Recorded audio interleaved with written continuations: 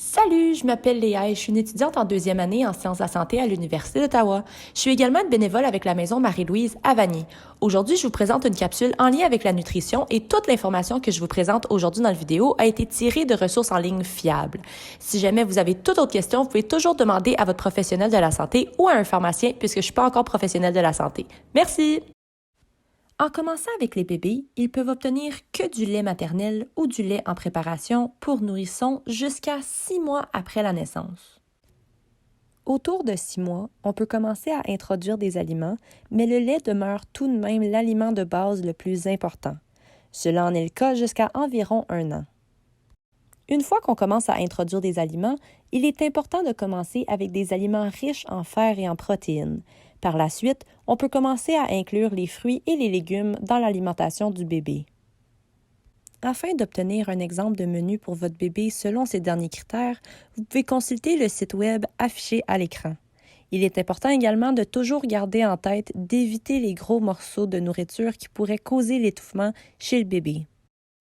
Les principaux allergènes comprennent les arachides, les noix, les œufs, le lait de vache, les fruits de mer, les graines de sésame, le blé et le soya. Il faut par contre garder en tête que puisque ceux-ci sont des allergènes, il est important de vérifier les ingrédients sur les produits qu'on va donner à nos enfants et de toujours être prêt en cas de réaction allergique. Les symptômes d'une réaction allergique se manifestent assez rapidement.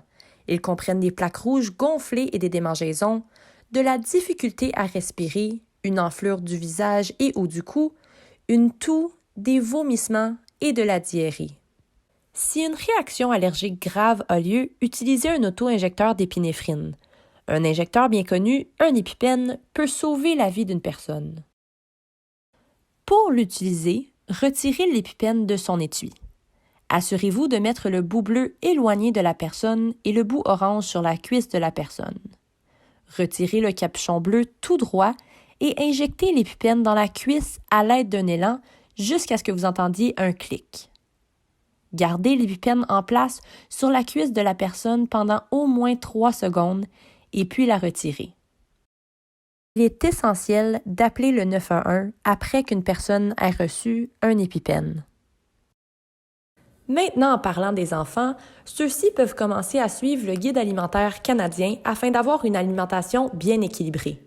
Selon ce guide, la moitié de l'assiette de votre enfant devrait contenir des fruits et des légumes, un quart de l'assiette devrait être des aliments protéinés et l'autre quart devrait contenir des aliments à grains entiers. Les fruits et les légumes sont très importants pour les enfants. Par contre, puisque certains enfants essaient de les éviter, les parents doivent parfois devenir assez créatifs avec leur façon d'incorporer les fruits et les légumes dans l'alimentation de leurs petits. Essayez donc différentes textures, couleurs et formes pour satisfaire leur goût. Ajoutez des légumes et des fruits surgelés à la soupe ou au chili, ou même gardez-en un bol sur le comptoir pour en avoir toujours à portée de la main. Cet apport quotidien est très important puisqu'il fournit plusieurs nutriments essentiels à vos enfants.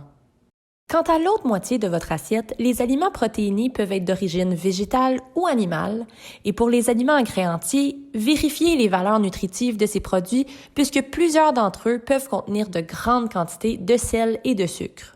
Pour accompagner le repas, il est recommandé de favoriser l'eau au lieu du jus et autres breuvages sucrés. Gardez une bouteille d'eau réutilisable avec vous quand vous quittez la maison afin de garder vos petits bien hydratés. Le guide alimentaire canadien nous aide à s'assurer que notre assiette contienne les nutriments dont nous avons besoin pour le bon fonctionnement du corps. Certains des nutriments les plus communs tels que la vitamine A, la vitamine B12, la vitamine C, ainsi que la vitamine D et plusieurs autres encore peuvent causer divers symptômes chez votre enfant si ce dernier manque de certains de ces nutriments.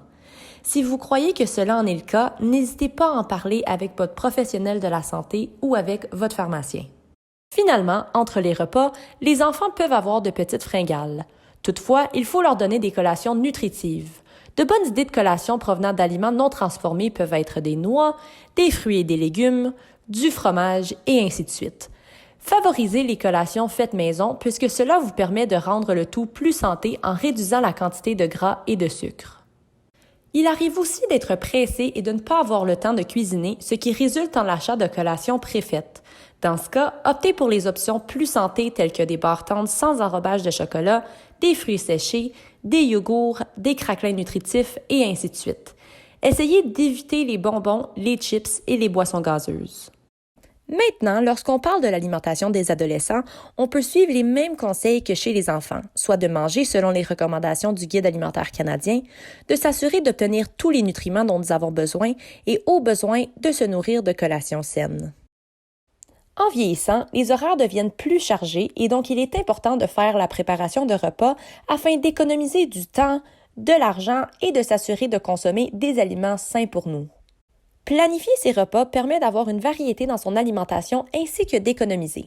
Il est préférable de préparer les lunchs et la collation la veille.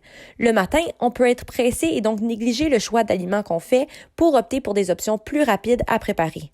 Avoir un plan de recettes pour la semaine permet aussi de mieux gérer son temps et d'être plus organisé.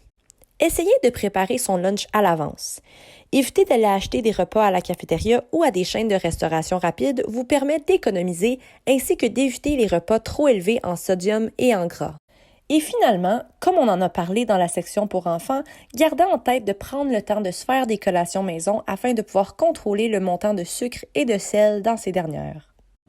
C'est tout pour cette capsule. J'espère que vous en avez appris davantage sur la nutrition et si jamais vous voulez en apprendre encore plus en lien avec la santé des familles, vous pouvez toujours consulter notre autre capsule qui porte sur l'adolescence et la puberté. Merci!